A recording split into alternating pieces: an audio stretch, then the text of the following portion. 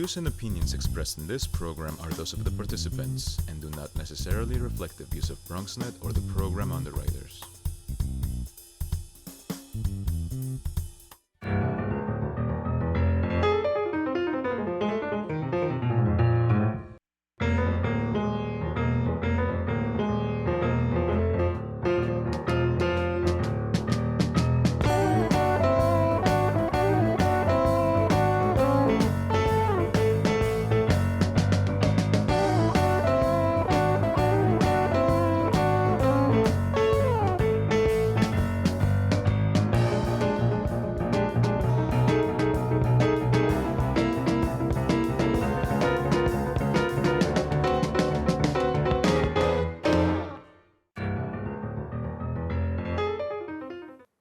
Good evening and welcome to BronxTalk. Tonight's guest is the New York State Senator from the state's 36th Senatorial District, which includes the Bronx neighborhoods of Baychester, Bedford Park, Eastchester, Norwood, Allerton, Wakefield, Williamsbridge, as well as the city of Mount Vernon. That's not our concern tonight. We've got a lot to talk about with Senator Jamaal Bailey, including a check-in on the Raise the Age law, prospects for health care reform in the state, what early voting can mean to you, transportation issues in the East Bronx, rent reform, gifted and talented, and so much more. We're going to be here for 3 hours. Please join me in welcoming the Senator from New York's 36th Senatorial District, Jamaal Bailey. Nice to have you with us. Gary, how are you? We're doing well and happy to get right to it. You had a chance now to take a deep breath after the legislative session that you and many of your colleagues thought was very successful. First time in a while the Democrats had held a majority in the Senate. Now that you're, of course, starting to think of the next go-around, what was left undone, and are there things on the table now that you're looking at for the future? Well, yes, Gary, and thank you for moderating our forum. For the first time, we had the Bronx State Senate delegation. We stood together at Monroe College, and we were able to speak about the accomplishments under the historic leadership of Majority Leader Andrea Stewart-Cousins. We got to speak about so many different things that we got. And as you were moderating, there were so many things that we did that we were forgetting throughout the course of the night. So of course, even after such an amazing session like that, there's still work to be done. We still need to have conversations about the legalization of adult use cannabis. There's still things around the criminal justice system that we need to tinker around the edges, and making sure that we increase educational funding is a priority for me. What is the new look compared to the past that you and your colleagues have had at the Senate? I'm going to guess and assert that because you're actually able to do things that had been frankly, on Democrats' plate for a long time, that there must be a really good comfort level now. Of course, the voters will weigh in again next year, but at least for the next session, you've got to feel pretty comfortable. I feel good. I would never say you feel comfortable, because I think if you're too comfortable, then that means you're resting on your laurels. And if you're resting on your laurels, that means you're not working as hard as you could for your constituents. So I still have the fire that burns within me to make sure I'm delivering every single day for my constituents. But I'm really proud of the work that we were able to do. When you put us in power, within 6 months, and I know we didn't get everything done, but within 6 months, contrasted to the past 40 years in minority, look at the changes we were able to make. First day walking in, we created early voting in the state of New York, something that other states had done and we clamored for in New York for so long. We were able to get discovery reform, bail reform, speedy trial reform this year. Things that were, again, held up for so long because of the Republicans in the state legislature. So such an incredible session. And I guess given the nature of the borough of the Bronx, I mean, we don't have a Republican elected in the Bronx at this particular time. There are some conservative Democrats. A lot of what was done really appeals to Bronx people in particular. There's less of that divisiveness. I do want to ask you a little bit about one of the things you did not mention, which I think really affects across the borough of the Bronx dramatically, and that's rent reform. Absolutely. So that was hailed really as a big success. I know you're enthusiastic about it. When we did that forum, your colleagues were enthusiastic about it. I've heard pushback from now property owners and landlords who are saying, you know what, we're not going to make enough money. And if the real agenda was to get apartments rebuilt or refurbished or put pressure, now we don't have the money to do it. Will there be some, balancing, or are you satisfied with what was done? I think we got a great product, right? Obviously, we need to make sure we're balancing the interests of tenants and property owners. But at the end of the day, housing is a human right. and we have to make sure that we are not displacing any more New Yorkers than are currently displaced. Homelessness is at an all-time high right now, Gary. We have homeless children in schools. We have homeless individuals, the working homeless who are working, and then they go back to a shelter and they still can't find a place to live because the rent is too high. We have to be able to do something to stem that tide of homelessness, and I think that this rent reform will go a long way in making sure that every New Yorker has a place to live. So that was really in other words, when you break down all the little elements of it for you, homelessness and evictions and all the preventing those kinds of things was really a bottom line concept. Absolutely. Stabilizing communities. You know, it's really unfair. Imagine you work for a company for 50 years and there's no pension, right? You have no pension, nothing to show for it. Imagine you lived in your community for 50 years. You worked there, you toiled there, you labored there, you raised your kids there. And because of some arbitrary things that are happening at the control of state legislators, you can no longer afford to live there. We had to step in and make sure people can remain in their communities. Let's talk about now. You're the chair of the committee on codes. Many of those codes are criminal justice codes. The Raise the Age law beginning in this month, as a matter of fact, 17-year-olds arrested for felonies are no longer automatically treated as adults by the criminal justice system. There are people who say, you know what, wait a minute.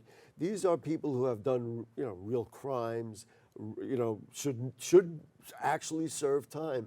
Do you feel like there's too much leniency and it's almost like the pendulum is swung too far the other way? I believe that the law has just started, it's just taken effect now, the 17-year-olds. It was phased in 16-year-olds last year and 17-year-olds this year.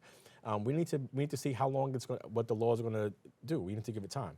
New York was one of the last 2 states in the country to do this, to raise the age of criminal responsibility for 16 and 17-year-olds. If you've ever been to a high school lunchroom, you know that 16 and 17-year-olds' brains are not fully developed, right? So how can we treat them as adults in the justice system, right? Their brains are not fully developed. Often they're unaware of the circumstances that they're getting themselves into. And this is not excusing the crimes that have been committed. I'm going to be very clear about that. Mm-hmm. But individuals who are younger, they may not be able to fully realize the gravity of what it is that they've done. So then what is the punishment? I mean, now they've really talked about the rate of incarcerated teens has dropped significantly. Felony arrests for 16-year-olds have dropped. And that is definitely the trend. The idea is, as I understand it, they're remanded to family court. How effective is family court, number one? And number two, of course, which comes a state thing, do they have the resources to provide the proper counseling, the proper treatment, some punitive measure to say, hey, wait a minute, like any parent, you say, you really did wrong here, and something's got to be done. Are you comfortable with what goes on in family court to address these kinds of issues? Well, we should be giving more money I always think that programs that are alternatives to incarcerations that provide wraparound services. Because what happens is in the family court, you're getting a broader spectrum of things, right? Younger people, they need the support, right? Sometimes these children who commit these acts, we're not excusing their behavior, but we have to get to the root cause as to why they're committing it. Is it a lack of housing, as we mentioned earlier? Is there depraved poverty in their home? We have to look at these situations that are behind the alleged criminal activity or the criminal activity that has taken place. And that's why I think family court is the right place for many of these young folks. Mm-hmm. And you're comfortable that family court can handle this, or I guess the beginning of what you said meant that you're going to monitor it and make sure it gets done properly. Always looking to have more conversations with OCA, the Office of Court Administration, to see how the courtrooms are. Do you need more judges? Do you need more court personnel? Because in order for this to be effective, it's not just the district attorneys and the defense attorneys. There is a whole, I guess, big spectrum, to use that word again, of individuals who impact the justice system, from your correction officers to the court officers to the court reporters, the stenographers. Everybody has a role, and all of these things cost money. And we've got, and like you mentioned, the counselors, mental health counselors, critical in this day and age. Let's talk about the relationship between police and communities in your area, in your northeast part of the Bronx. Ramarley Graham is still a very vivid memory and poignant for many people. What's the relationship like right now between NYPD and members of your district? I think it's drastically improved. You do? I believe so. I believe that we had now Deputy Chief Royal Stevenson. When he was the inspector, he did a lot of things to bring the communities together in the 47th precinct, and we have a lot of other great great precinct captains in the 45th, 49th, and the 52nd who are doing their best. Is it perfect? Absolutely not, right? But that's the reason why, as an elected official, one of my roles is to make sure that I do something called CAPS Lock, where we bridge the community, officers, community boards, and individuals to bring them together so that they can see on both sides, so that the community can see this is what the police have to face. And the police can hear from the community what it feels like to be policed and sometimes to be over-policed. We have to have more conversations. Let's talk about 50A, which is repealing the law that keeps officers' records sealed from the public. Where does that fit into this spectrum of, maybe balancing an equation or developing relationships? I think it's about transparency.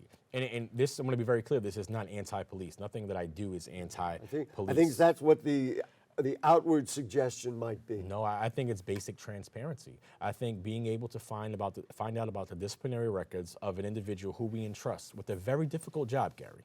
Police officers' job, our women and men in blue have an incredibly difficult job. When we run away from danger, they run towards it. There's no doubt about that. However, in any position, we need to know who's in that position. Would you go to a doctor that had multiple malpractice suits against them, or maybe you would choose to opt against it? If we as individuals, we should know the police officers who are protecting our streets, if they have use of force concerns, if there are other disciplinary issues that they've had in the past. We deserve the right to know that. And on the other side, I don't know legislatively if there's anything could be done, but certainly the pressures on police officers are considerable, and you just have to look at suicide rates all over, not only in New York, but even in the Bronx, all over the country.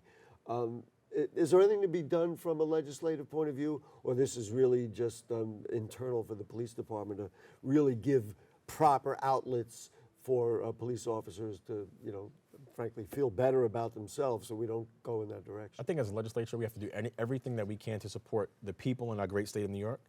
And police officers are people. When they take their uniform off, they have lives and families just like you and I, Gary. And we have to make sure that we're supporting them as a state. As far as a specific legislative fix, there are things to think about, of course. I don't have one currently at the present time, but it's making sure that we support our officers, that we go to our precincts for roll call even when there's not just a tragedy, that we talk to our precinct commanders and talk to officers and let them know that we appreciate the job that they're doing. Again, nothing that we do, or nothing that I do, I should say, is anti-police. I just want fairness across the board for everybody. Let's talk about marijuana. Expunging past convictions was, I guess, a victory for you and for your colleagues, certainly coming out of the Codes Committee. Marijuana possession decriminalized. Do you think ultimately we're going to see stores like you see in other states where people can go in and literally purchase marijuana? If we get to adult use legalization, then yes, but any adult use legalization, I want to be very clear about where I'm at on this, has to come with significant real investment in impacted communities. Black and brown communities have been ravaged by this alleged war on drugs for so many years. Because of people being incarcerated and getting a record as a result of maybe a possession charge. Yes, these laws, the Rockefeller drug laws, all increased mass incarceration in the state of New York and the city of New York. And any legalization has to come with significant community reinvestment, not just programs, jobs. Like in jobs in terms of small businesses or worker-owned businesses, worker cooperatives. One of your colleagues, at the moment can stay nameless, but mentioned to me along the way through a campaign that transportation was a big issue. And I was like, given all the other things we've already talked about, criminal justice, we still have education and healthcare to talk about. I was like, well, maybe not. But all you got to do is try to go from east to west in the Bronx, or I'll be very specific, go up Gun Hill Road at 3:30 till 5:30 in the afternoon, and you're talking about a 40-minute wait, which is kind of ridiculous. Talk to me about taking a look at, for example, Gun Hill Road, although I'm not being limited to that, and the whole notion of transportation. Now, they're fighting, they had this so-called road diet on Broadway. Right now, communities in around the Morris Park area are about to get it because a judge has approved road dieting there. Is that the kind of reform we need? Give me your vision of, taking a step back. How do we correct these problems? Well, transportation is huge, Gary. And one of the neighborhoods that I proudly represent that wasn't mentioned in the opening is Co-op City. And Co-op City is really a city of its own that has unique challenges than more different challenges than any other place in the borough, I believe. And so right now, myself and my colleagues in government, we've been fighting to make sure that we get better buses, because the conversation around transportation is always, let's fix the subways. Yes, we should, but we've got to fix the buses here, especially in the North Bronx, to make sure that people can go from east to west, because generally speaking, that is the only way that you can traverse the northern part of the Bronx, via bus and public transportation. And so what becomes a solution? I mean, is it the road dieting? Is it mass transit? Of course, we can talk about getting the new Metro North stops over there in the East Bronx. What is an answer? When you go back into Albany, you're going to say, we got to do what? Well, increase funding, right? And Funding, it's money. I believe funding can everything can flow from the top, right? Once you increase funding, you can have more buses, you can have more drivers, you can have greater options for people to be able to traverse around the Bronx. Because what happens is this, Gary, in the North Bronx, sometimes we don't have the ability to go we don't have the subway access, which is why the buses are so important. As you mentioned, Gun Hill Road, you have the 28 bus that goes up Gun Hill Road all the way down here to Bedford Park. And sometimes, could it be faster? Of course it could, right? But we need to make sure that we have more buses, I believe. You believe, of course, where the money comes from. I mean, I guess that's a much larger question. Do you like the idea of these road diets? I mean, I certainly am not one who has studied Gun Hill Road specifically. Do you like the idea of what they did? I mean, you could look at 233rd Street, for example. Is that a corridor that could use it to move traffic through? Or, as they are complaining now in the East Bronx, that it really will hurt businesses? Well, I'd like to defer to DOT. Well, we should get the Commissioner of the Bronx DOT to come out and do a study as to what they believe would be there. I haven't heard any complaints around 233rd Street about making it about limiting that road. But I'm always willing to listen to see what people are thinking. Of course, I'm concerned about small businesses and the ability for people to be able to drive, because especially in the North Bronx, it's still a very car-friendly area because of the single-family homes, the ample street parking. A lot of people choose to drive. I drive a lot myself. I have two smaller children. So you know what the traffic is like. Absolutely. Let's talk about business areas. White Plains Road, there are some vacancies. I mean, there's no doubt about it. Some of them may be more troubling than others. You and I were talking about this before the show, about community worker co-ops. Yes. Talk to me about how that could work. What is that? And is that really, I don't want to say a silver bullet, but one of the answers we could ultimately get? I think it's one of the things that we can use. It's one of the tools in a totality of circumstance-based approach, right? Worker co-ops are worker-owned businesses where individuals that work. So let's say you and I, Gary, we go into a business and we create a paper company, right? We get to share the profits. We get to have more egalitarian decisions on what decision-making looks like. It's a better and fairer way of being able to have economic development. Plus, studies have shown that it is better in recessions, right? It is more recession-proof. If all of us, if 40 of us are working at a company and we go into a recession and we were all making $40 an hour before that, right? I think that rather than saying we're going to make no dollars an hour, I'm sure we would decide together collectively as a cooperative to say that we're all willing to make $20 an hour so that we can still sustain ourselves economically. Again, that's not a silver bullet, but I think that it is something that the state needs to really take a serious look into, and I've been able to do some things legislatively to push that along. Do you think that will come up over the next legislative session? I certainly intend to make it something to look at. We will have our ear to the ground and we'll find out. Let's talk a little bit about education. Fascinating concept that I don't know if you raised it, but you're pursuing it, and that's the idea of measuring the trauma that young people have gone under. Now, I just look at even numbers, whatever. I think I saw one number of 10% of children are in the shelter system who go to New York City public schools. I believe it was higher in the Bronx. I'm just off the top of my head. I think it was 20% in the Bronx, which is just a startling thing. Gives me incredible empathy for teachers who have to work with these children and then, of course, get criticized in part if they don't achieve. Talk to me about this idea of trauma in young people and what might be done to measure its effect and certainly ultimately help the children along. So this was a bill that myself and Assemblymember Latoya Joyner, we introduced it in the government. Two Bronx legislators. Because as you mentioned, Gary, it's significant and we're at a crisis point here in the Bronx. So many kids are facing things that are really outside of the scope of their schools, right?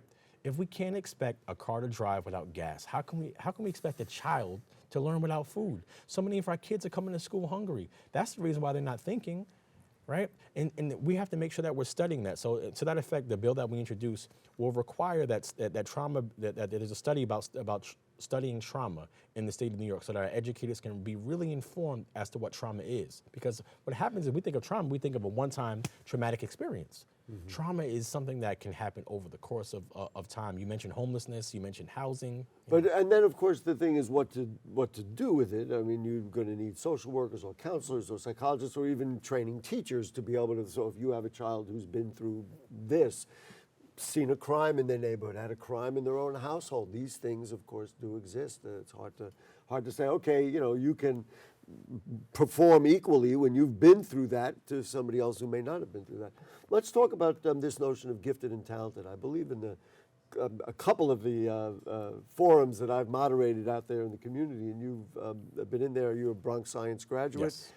And so you must have point of views. What do you think of the mayor's task force that said they wanted to eliminate gifted and talented in favor of school-wide equitable enrichment programs? In other words, rather than have a separate school, give each child enrichment in what they were good at and had ability in. I mean, in theory, that sounds reasonable, but in application, I'm not sure how that would work. In the Bronx, we've been starved of gifted and talented programs in our elementary schools and middle schools for so long. If you look at, especially in the North Bronx, right? There may be two elementary schools in the North Bronx that have gifted and talented classes. Mm-hmm. And what's happening is that we're not preparing our children properly enough for gifted and talented programs because we're not allowing more gifted and talented classes to exist. Our children have the ability, they have the skill, the talent. They just need to be able to get in the game, and we're not allowing them to get in the game. What do you recommend? I mean, this from the point of view of the task force is they think this is the way to do it rather than stigmatize and do all those other things. Someone who has that ability to do better in math or English or whatever it is, they give them enrichment in that category. I think that we can look at we need to make sure we're looking at the whole child, right? Making sure that children are able to actually learn first and foremost. And in the gifted and talented programs, there may be a difference in the way that they're taught, but all of our children deserve the same opportunity. I don't believe that they've been getting the same opportunities to even get into these classes. I want to give you a chance. You have some events coming up, right? Somebody had said there was Thanksgiving turkey giveaways. I guess that's part of your life. That's Sure. part of what you do. It helps you interact with communities. Talk to me a little bit about what's coming up. So some of the events that we do, a couple of weeks ago, we did an event called the Senior Walk in Co-op City. We had about 100 plus seniors in Co-op City come outside the Co-op City Greenway, and we walked around a couple of times. That is very cool. It was amazing, Gary. And they say health is wealth, right? But if health is wealth, you don't want to go bankrupt. And so making sure that we get seniors out, making sure that they remain active is a huge part of what we do. You were there? I was there, and you loved it, right? And I lost for the third straight year. You lost? I didn't realize it was a competition. Well, everything is a competition in some respect. No, but obviously there isn't a competition. But they were able to they get around that track, and to see that life and vigor in our seniors. An amazing thing. The other thing I got to ask you about, and you told me about this beforehand, and we didn't really have full time to understand it. You went to Yonkers and you were in the cab doing the harness racing? This was the craziest thing I ever heard. It was exhilarating and scary at the same time. So we had to do a training prior to doing this. Really? It wasn't like just hop in? Oh, no.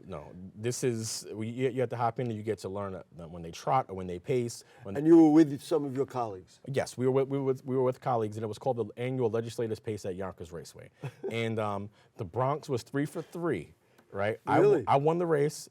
Assemblyman Crespo won the race, and Assemblymember Benedetto won the race, and then the last race, Senator Joe Adabo, he prevented it from being an all-Bronx sweep, but the Bronx 3 for 4, 75%, it's not bad. I was just thinking, given what I do for a living, I wonder about the legality of walking up to the window and saying, I got $4 on Bailey. No.